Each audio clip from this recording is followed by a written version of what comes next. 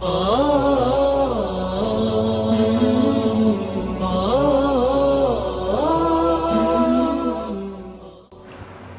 ونصلي ونسلم على حبيبه الكريم أما بعد فأعوذ بالله من الشيطان الرجيم بسم الله الرحمن الرحيم رمضان الذي أنزل فيه القرآن صدق الله العظيم وبلغنا رسوله النبي الكريم ونحن على ذلك لمن الشاهدين والشاكرين الحمد لله رب العالمين. محترم حاضرین، ناظرین و سامعین، السلام علیکم ورحمۃ اللہ وبرکاتہ. آپ تمام لوگوں کو اور تمام عالم اسلام کو رمضان المبارک 1442 ہجری مبارک ہو. آج کا ہمارا عنوان ہے رمضان المبارک کا استقبال اور اس کی روحانی تیاریاں. کچھ کہنے سننے سے پہلے آئیے ہم اور آپ اللہ کے رسول مقبول احمد مجتبیٰ جناب محمد مصطفیٰ علیہ التحیۃ والثناء کی بارگاہ بےکس پناہ میں درود شریف کا نذران عقیدت پیش کر لیں. اللہم صلی علی سیدنا و شفیعنا و مولانا محمد معدن الجود والکرم وعلی آلہ الکرام وابنہ الکریم مبارک وسلم. صلو علیہ صلاۃ و سلام علیکہ یا رسول اللہ صلی اللہ علیہ وسلم. حضرات، رمضان المبارک کی آمد ہے. یہ بڑی برکت اور سعادت کا مہینہ ہے. حضور نبی کریم علیہ الصلاۃ والتسلیم کو ماہ رجب المرجب سے ہی رمضان المبارک کی آمد کا انتظار رہتا تھا. اللہ کے رسول صلی اللہ تعالی علیہ وسلم رمضان المبارک کا استقبال اس کی روحانی تیاری سے اپنے آپ کو اور صحابہ کو مشرف فرماتے تھے.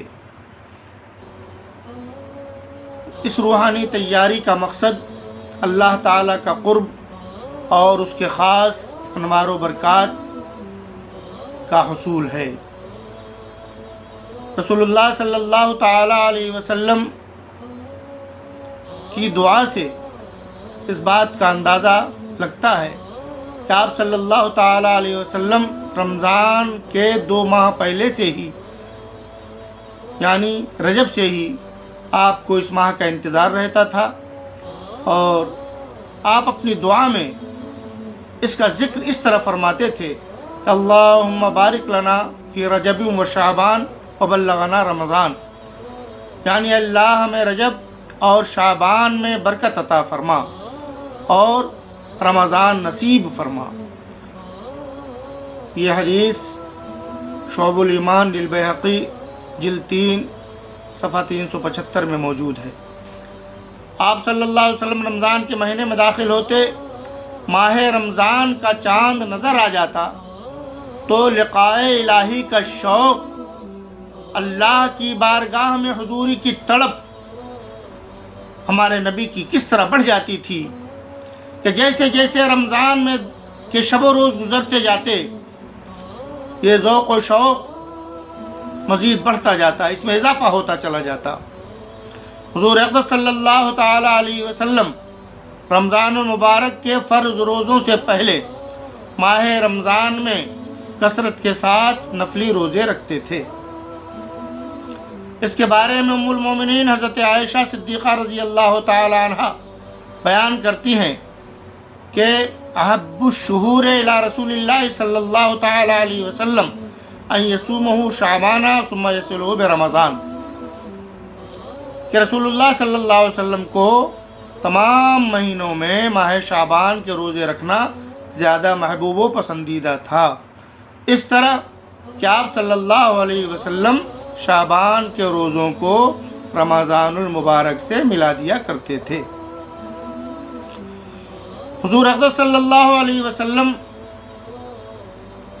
شعبان کے علاوہ سال کے کسی مہینے کا پورا روزہ نہیں رکھتے تھے اور شعبان کے روزوں کو رمضان سے ملا دیتے تھے.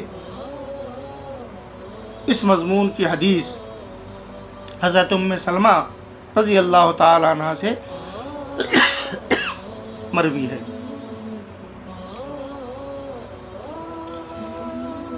حضرت ام سلمہ فرماتی ہیں کہ ما رأیت رسول اللہ صلی اللہ علیہ وسلم یصوم شہرین متتابعین الا انہ کان یصل شعبان برمضان، میں نے رسول اللہ صلی اللہ تعالی علیہ وسلم کو مسلسل 2 مہینوں کے روزے رکھتے نہیں دیکھا، مگر آپ صلی اللہ علیہ وسلم شعبان کے مسلسل روزے اس طرح رکھتے کہ رمضان کے روزوں سے مل جاتا۔ اور اسی مضمون کی حدیث حضرت ام المؤمنین عائشہ صدیقہ رضی اللہ تعالی عنہ سے بھی مروی ہے کہ لم یکن النبی صلی اللہ علیہ وسلم یصوم شہرا اکثر من شعبان فانه کان یصوم شعبان کلہ فکان یقول خذوا من العمل ما تطیقون، یعنی حضور نبی کریم علیہ الصلوۃ والتسلیم شعبان سے زیادہ کسی اور نفلی روزہ نہیں رکھتے تھے، اور آپ پورے شعبان کے روزے رکھتے، لیکن امت کے لیے آپ یہ فرماتے کہ اتنا عمل کرو جس کی تم میں طاقت ہو۔ ان حدیث سے رمضان کے فرض روزوں سے پہلے شعبان میں پورے اہتمام سے نفل روزے رکھنے کا ثبوت ملتا ہے، گویا کہ یہ سنت ہے۔ یہ روزے پورے مہینے میں ہر دن کا بھی ہوتا تھا، اور مہینے کے اکثر دنوں میں بھی روزہ رکھنے کی روایت موجود ہے۔ حضرت عائشہ حضرت ام سلمہ رضی اللہ تعالی عنہما نے ماہ شعبان میں آپ کے شب و روز کے معمولات و احوال جو بیان کیے ہیں کہ رمضان اور شعبان کے سوا حضور صلی اللہ علیہ وسلم کو لگاتار مسلسل 2 مہینے کا روزہ رکھتے میں نے نہیں دیکھا، یعنی آپ صلی اللہ علیہ وسلم رمضان اور شعبان کے علاوہ دیگر مہینوں میں بھی روزہ رکھتے تھے، لیکن پورے مہینے کے روزے صرف رمضان اور شعبان میں ہی رکھتے تھے۔ اس کی تطبیق میں محدثین کرام فرماتے ہیں کہ آپ صلی اللہ تعالی وسلم نے کسی سال پورے شعبان اور کسی سال شعبان کے اکثر ایام میں روزے رکھے ہوں، لیکن دونوں روایتوں سے ثابت ہے کہ آپ صلی اللہ علیہ وسلم کا معمول شعبان میں کثرت سے روزے رکھنے کا تھا۔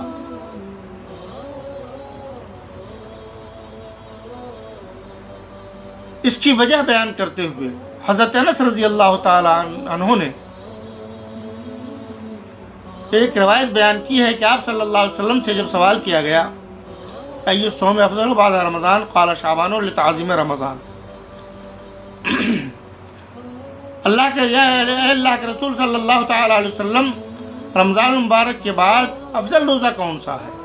اللہ کے رسول نے ارشاد فرمایا رمضان کی تعظیم کے لیے شعبان کا روزہ ہے۔ یہ ترمذی شریف جلد 1 صفحہ 142 باب فضل صدقہ میں یہ حدیث مبارکہ موجود ہے۔ مطلب یہ ہوا کہ جس طریقے سے فرض نمازوں سے پہلے اور بعد میں نوافل اور سنن پڑھی جاتی ہیں، اسی مناسبت سے رمضان کے فرض روزوں سے پہلے شعبان کے روزوں کا ہمارے آقا صلی اللہ تعالی علیہ وسلم اہتمام فرماتے تھے، اور رمضان شریف کے بعد شوال کے 6 روزوں کی فضیلت بھی ہمارے آقا نے بیان فرمائی ہے۔ اب آج کووڈ-19 کا دور ہے، تمام دنیا میں لوگ پریشان ہیں کہ کیا کریں۔ مساجد بند ہیں بعض جگہوں پہ، بعض ممالک میں فرائض کی آزادی ہے، بعض جگہوں پہ لوگوں کے اوپر پابندی ہے۔ ایسی صورت میں روزمرہ کے جو ہمارے معمولات ہیں، جس کو اسلام نے ہمارے لیے جو نظام الاوقات بنایا ہے 24 گھنٹے کا، اور یہ فرمایا گیا ہے کہ آپ پورے عمر کی پلاننگ مت کیجئے، صرف پلاننگ کر لیجئے اور اس کے اوپر ہمیشہ عمل کیجئے، تو پوری زندگی وہ معاملہ چلتا رہے گا۔ رمضان المبارک میں خاص طور سے اس وقت ہم کو اور آپ کو اور تمام امت مسلمہ کو ایک خاص نظام الاوقات، رمضان میں ایک خاص شیڈول بنانے کی ضرورت ہے۔ جس میں روزمرہ کے فرائض نماز و روزہ کے ساتھ ماہ رمضان کے معمولات، سحری، افطار، روزانہ قرآن مجید کی تلاوت، تہجد، دوسرے اعمال حسنہ اور عبادتیں اس میں شامل ہو جائیں، جو ماہ مبارک کے انوار و برکات سے صحیح اٹھانے میں مددگار ہوں۔ تو حضرات، رمضان کی تیاری، رمضان کے استقبال کا مقصد کیا تھا؟ مقصد یہ تھا کہ ہمارا اور آپ کا اپنے رب کے ساتھ رشتہ مضبوط ہو جائے، قرآن کے ساتھ رشتہ مضبوط ہو جائے، صاحب قرآن جناب محمد رسول اللہ صلی اللہ تعالیٰ علیہ وسلم کے ساتھ ہمارا اور آپ کا رشتہ مضبوط ہو جائے۔ اللہ تعالیٰ ہمیں اور آپ کو رمضان کی تمام سعادتیں، نعمتیں، برکتیں اللہ تعالیٰ ہمارے اوپر نازل فرمائے اور اس کو ہمارے لیے باعث برکت بنائے۔ وآخر دعوانا الحمدللہ رب العالمین۔ السلام علیکم ورحمۃ اللہ وبرکاتہ۔